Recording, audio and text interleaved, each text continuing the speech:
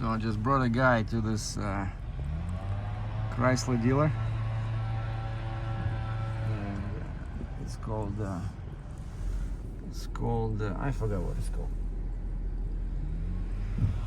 but it's a Kenworth dealer. So surprisingly, they have many trucks. Of course, most of these looks like they're here for repairs. But it was the guy who works at the shop. You know, I picked him up in the southeast Calgary, and early morning, and he's going to work. Like, look at this beauty, T880.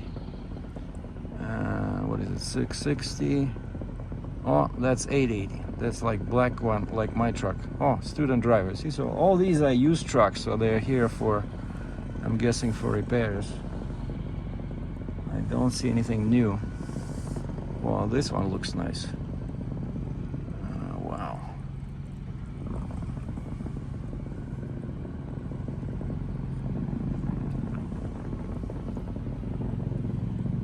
You know, this phone, this i16 Max, great camera on this one. I like it. Those videos on the road that you saw were shot with this one.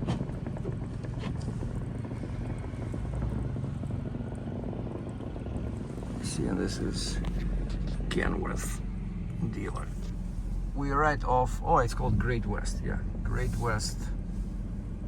We're right off Barlow Trail somewhere there. So yeah, just drop off the guy. So started today's Saturday, right? So I started at 4:30 in the morning, and I already made like, I don't know, $60. You know? Time now is what? 6:38.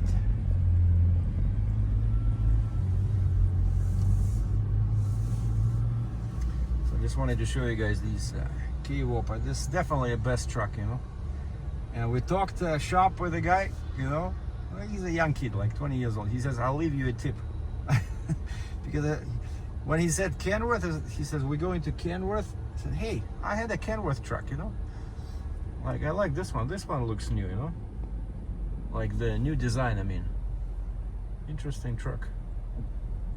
And they even have some cranes in here. So I don't know. Now I have to find a place somewhere to sit. Of course, I cannot go on the road. Maybe I can go somewhere here. Yeah, I don't want to move, you know. But actually, yeah, it's an industrial area, so probably I don't know. People come here, but they might not be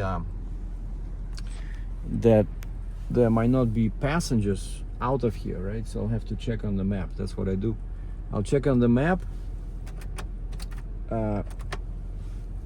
see where I am, like where's the nearest, you know, McDonald's or coffee shop or something, and go sit there. Like, I need a residential area for sure.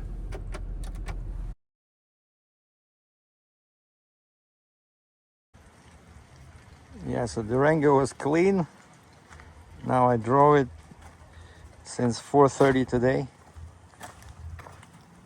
It looks, of course, awful.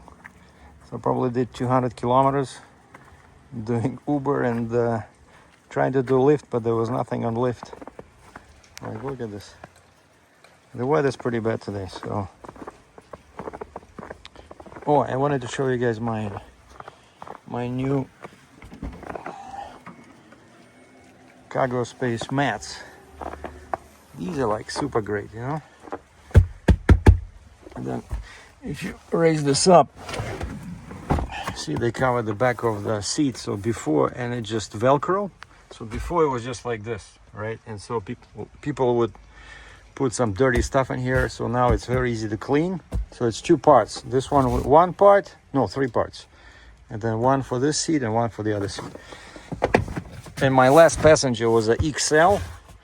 Cool, so I made a lot of money. They had 4 people, but just 4 bags. And so they ordered the XL, which my Durango qualifies as. Howdy. So after this day, I need a little shot of vodka. And today, сегодня наливают 3 olives.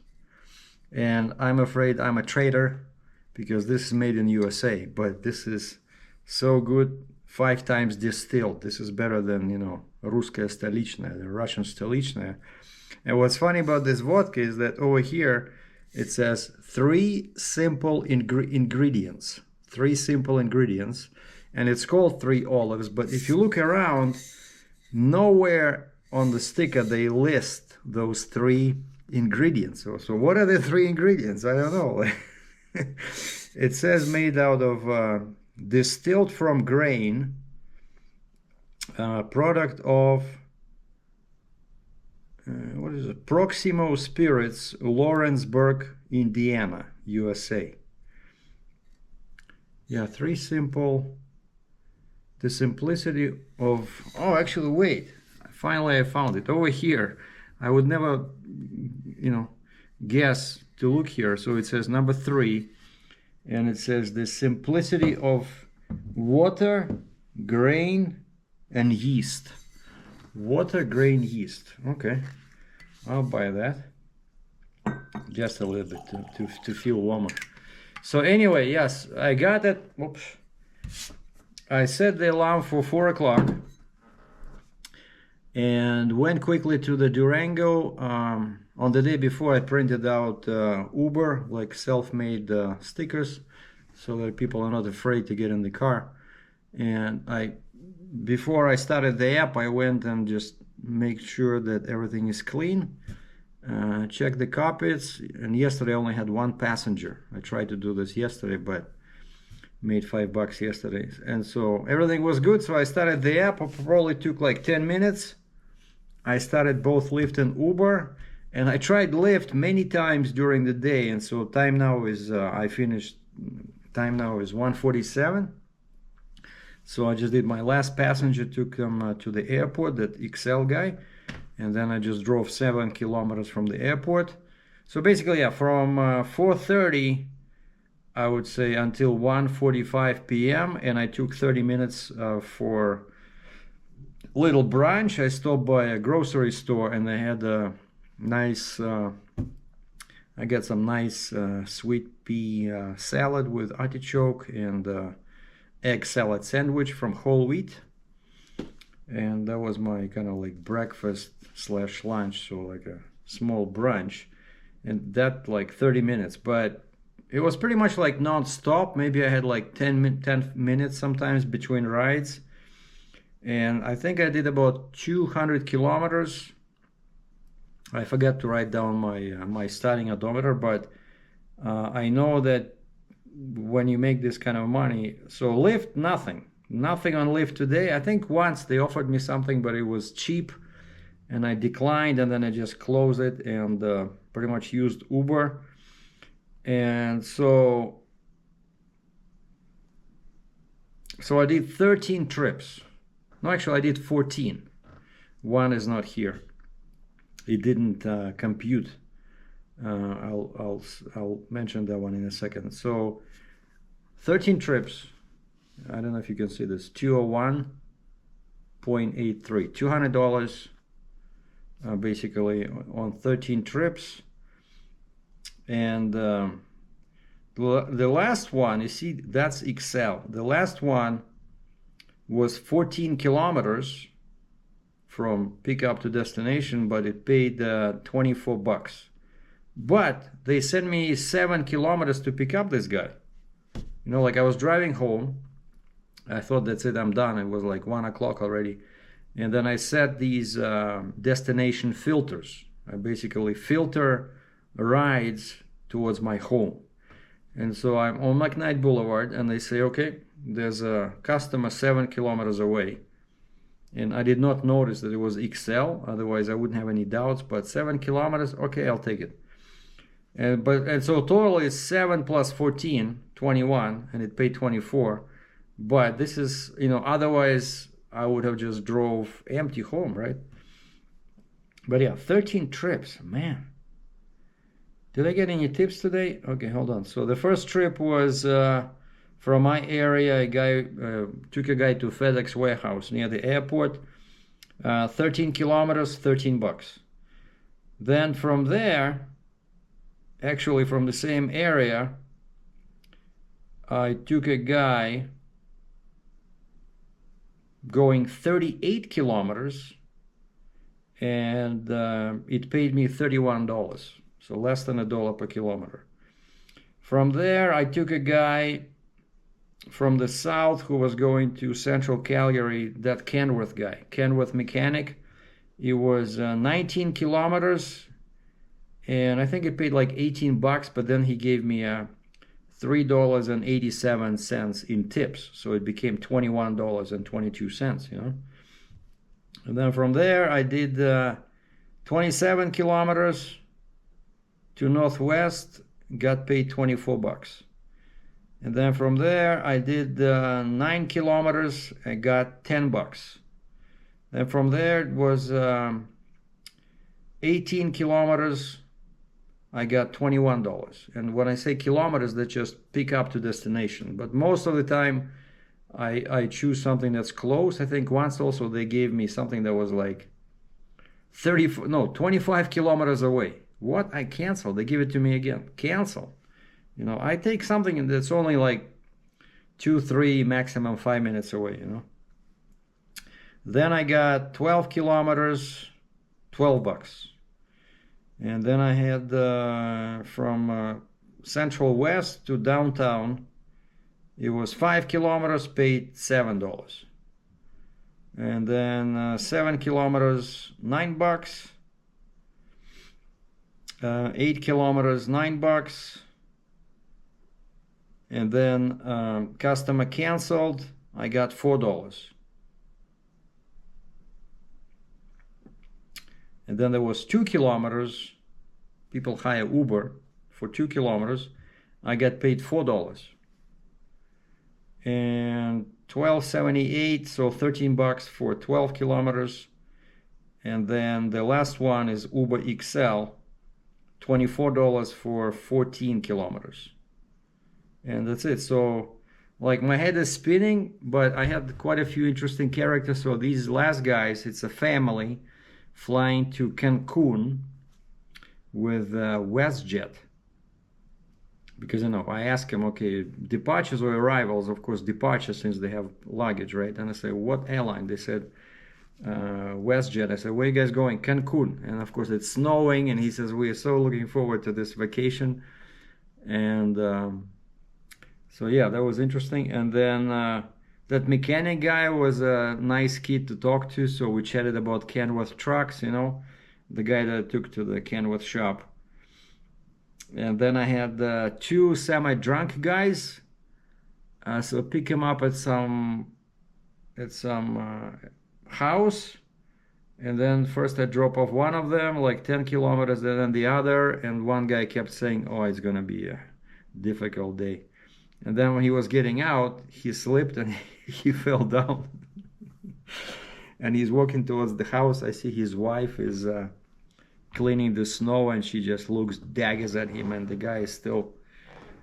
So big party Friday, right? Lots of people actually Friday, when they go to a party, they leave their cars, right? And then on Saturday they hire Uber to go back to their cars, you know.